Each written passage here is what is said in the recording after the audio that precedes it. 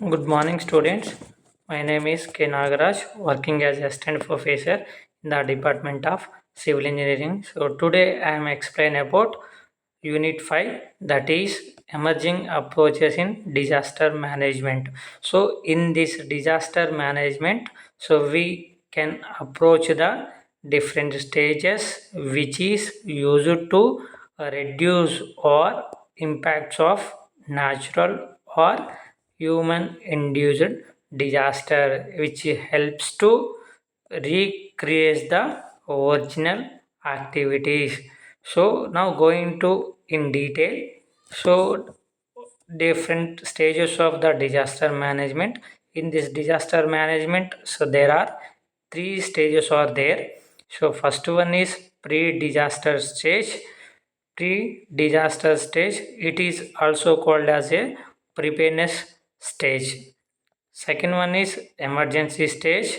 This emergency stage, it is also called as a phase of disaster or phase of catastrophic events. Third one is post disaster stage. It is also called as a rehabilitation stage or a recovery stage. If clearly observe that the image shows the different stages of disaster management. So in this diagram and green color and blue color, it represents the pre-disaster stage. It includes the preparedness phase and mitigation phase. Then after then after pink color is represents the response phase. This response phase which occurs during the emergency, during the disasters or emergency situations. Now next one is recovery phase. This recovery phase which takes place in a post disaster stage. So in this mitigation and preparedness phase, so national emergency and telecommunication plans and response plans, training plans, exercise and early warnings and standard operation procedures and public education awareness and hazard assessment and vulnerability assessment and improved infrastructure, which comes under the pre-disaster stage. Communication, coordination and saving lives, which comes under the emergency stage. Restoring of telecommunication, improving lives and recovery of other services.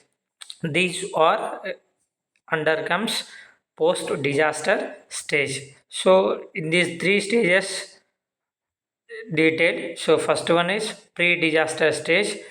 In the pre-disaster stage, which involves activities and strategies designed to reduce the vulnerability or impacts, and also it enhance the resiliency before the disaster occurs. It simply means as, so in this stage, so human activities or human strategies are designed to reduce the impacts of natural and human induced disasters. So in this stage, we must focus on the preparation and mitigation and planning to minimize the impact of potential disasters.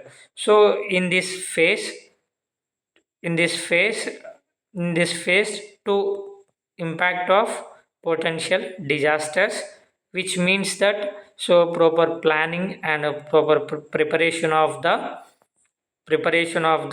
awareness and knowledge education about the disaster, which helps to in, it helps to reduce the impacts of disaster.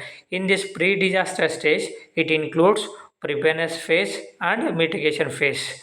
So preparedness phase, it is also called as a phase of readiness, and the second one is mitigation phase. Mitigation phase, it is also called as a risk diminution phase. Risk diminution phase, these stages in detail. So first one is preparedness phase. In this preparedness phase, it also occurs before a disaster takes place. So here an organization or agencies attempts to understand how a disaster might affect overall productivity and bottom line of environment or human life. So, in this phase, the organization will also provide appropriate education while putting a preparedness measure into the place. So, simply known as so before the disasters takes place, what we are taken into our consideration. So, how to react and how to escape from the disasters to reduce the impacts of disasters. So, in this phase of readiness, it includes the following aspects. So, first one is hazard zone mapping. So, in this hazard zone mapping, it refers to the process of identifying the areas that are vulnerable to specific natural or human made hazards. So, human made hazards, these maps are typically created by using GIS, Geographic Information System technologies, and various data sources such as a topographic maps, historical data, and satellite images to access access and visualize the risk of different hazards. So simply hazard zone mapping, it is identify the areas which are prone to the vulnerability by using the different maps such as a geographical maps and topographic map and hydrographical maps and historical data and satellite images which are help to minimize the impact or impacts and which is helps to reduce the impact. Now going to second one is that is hazard forecasting, warning and prediction. So first one is hazard forecasting. So it involves the predicting the potential natural or man-made disasters by analyzing the data related to the environmental and human factors.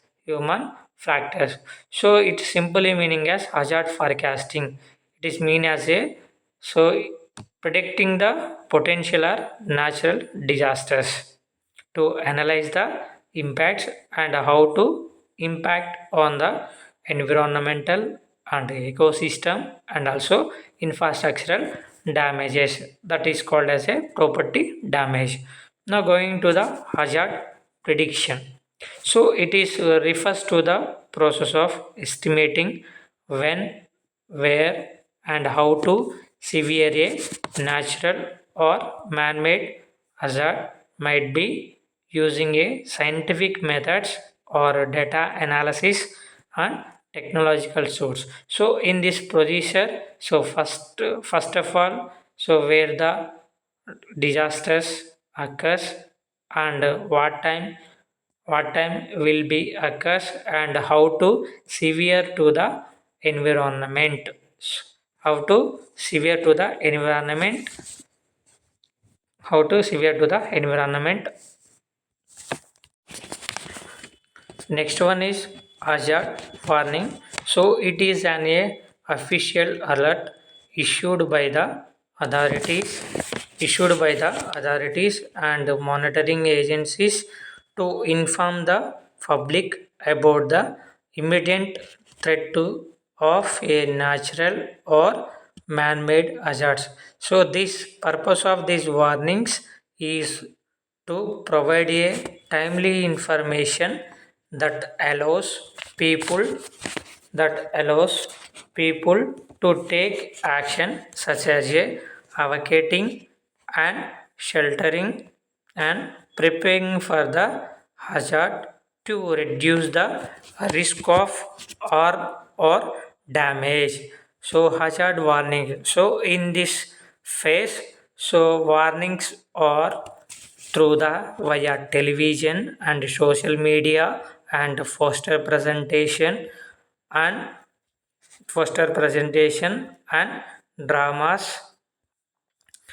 dramas dramas which is helps to so people they move to the safer places save the safer places thus result in to reduce the impacts of disaster.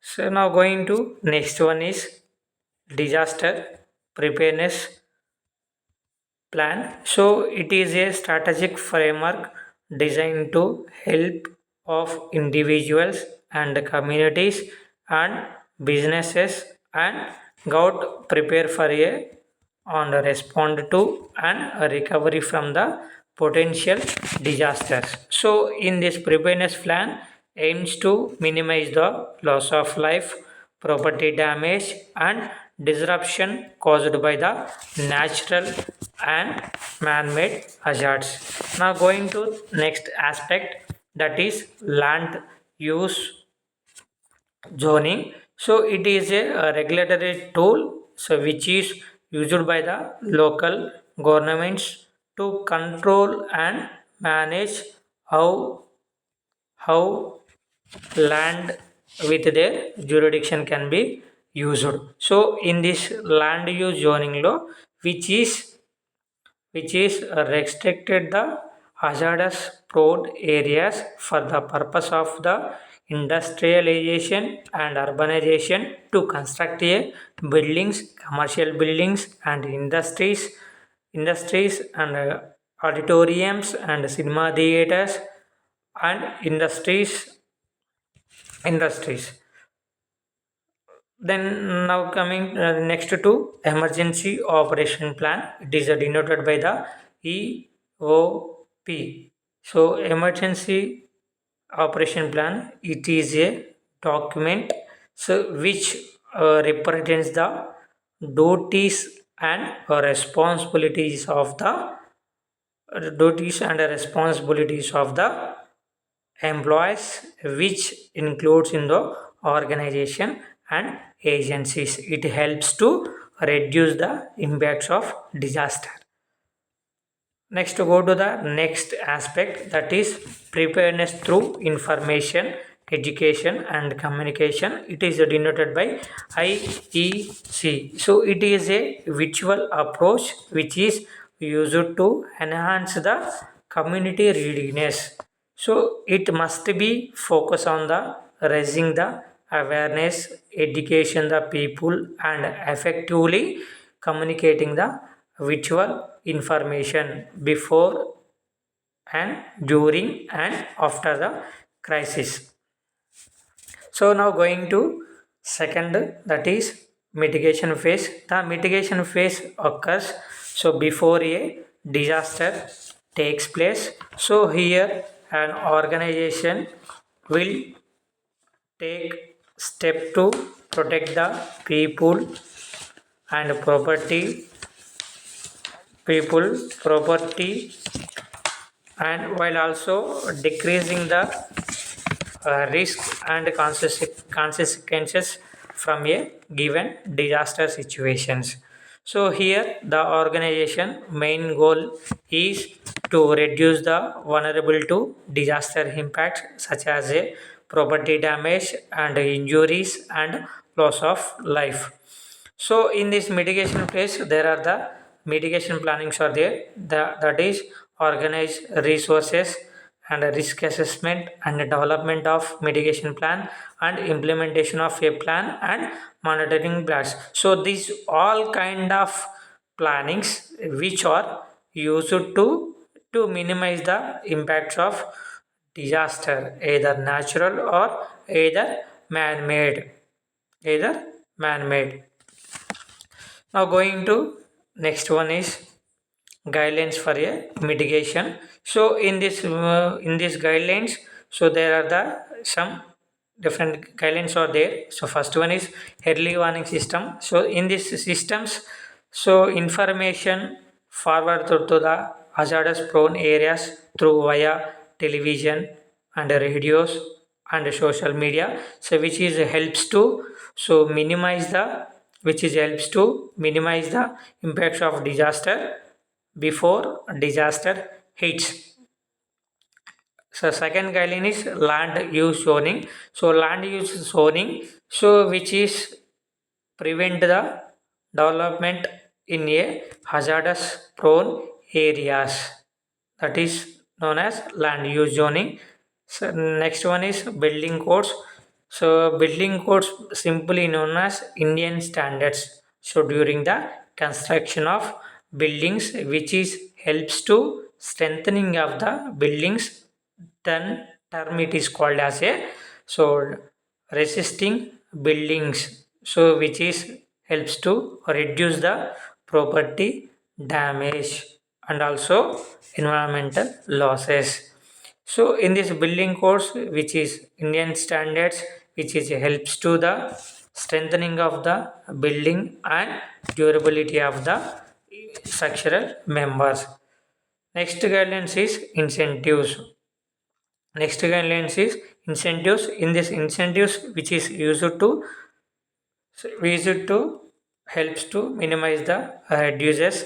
And next guideline is provision of a assets at a subsidized rates and increased public awareness. Next one is role of technology. So map in this role of technology, so mapping and aerial photography and remote sensing and communication and information management. So which is used to reduce the impacts of disasters, either natural or either man-made. So mapping system, in this mapping system, so before the disaster takes place, so topographic maps and hydrological maps and satellite images, which is helps to identify the hazardous prone areas. Next one is aerial photography. So aerial photography, it is the technique of capturing the images of a earth surface from an elevated position, typically from a aircraft, drones and satellites. And the next one is remote sensing. So it is the science of obtaining information about the objects and areas typically using a satellite or aerial sensors. Next, move to the communication. It is refers to the exchange of the information among the various stakeholders. Next one is information management. So effective information management, it is essential for the decision making on resource allocation and coordinating efforts among the various stakeholders.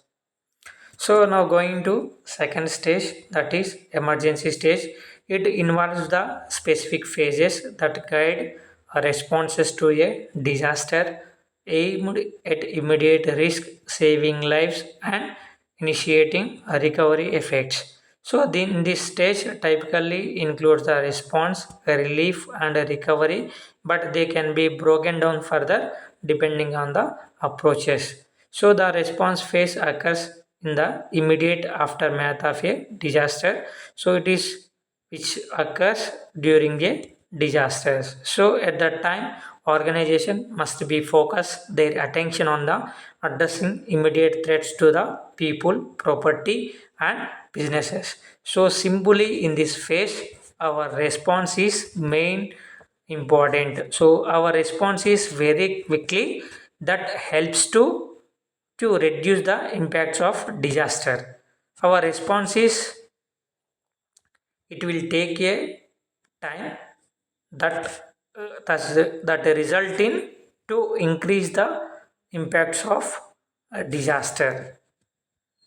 Some essential measurements in a during disaster. So recognizing or identification of the risk, it is the very important to mitigate the impacts during disaster.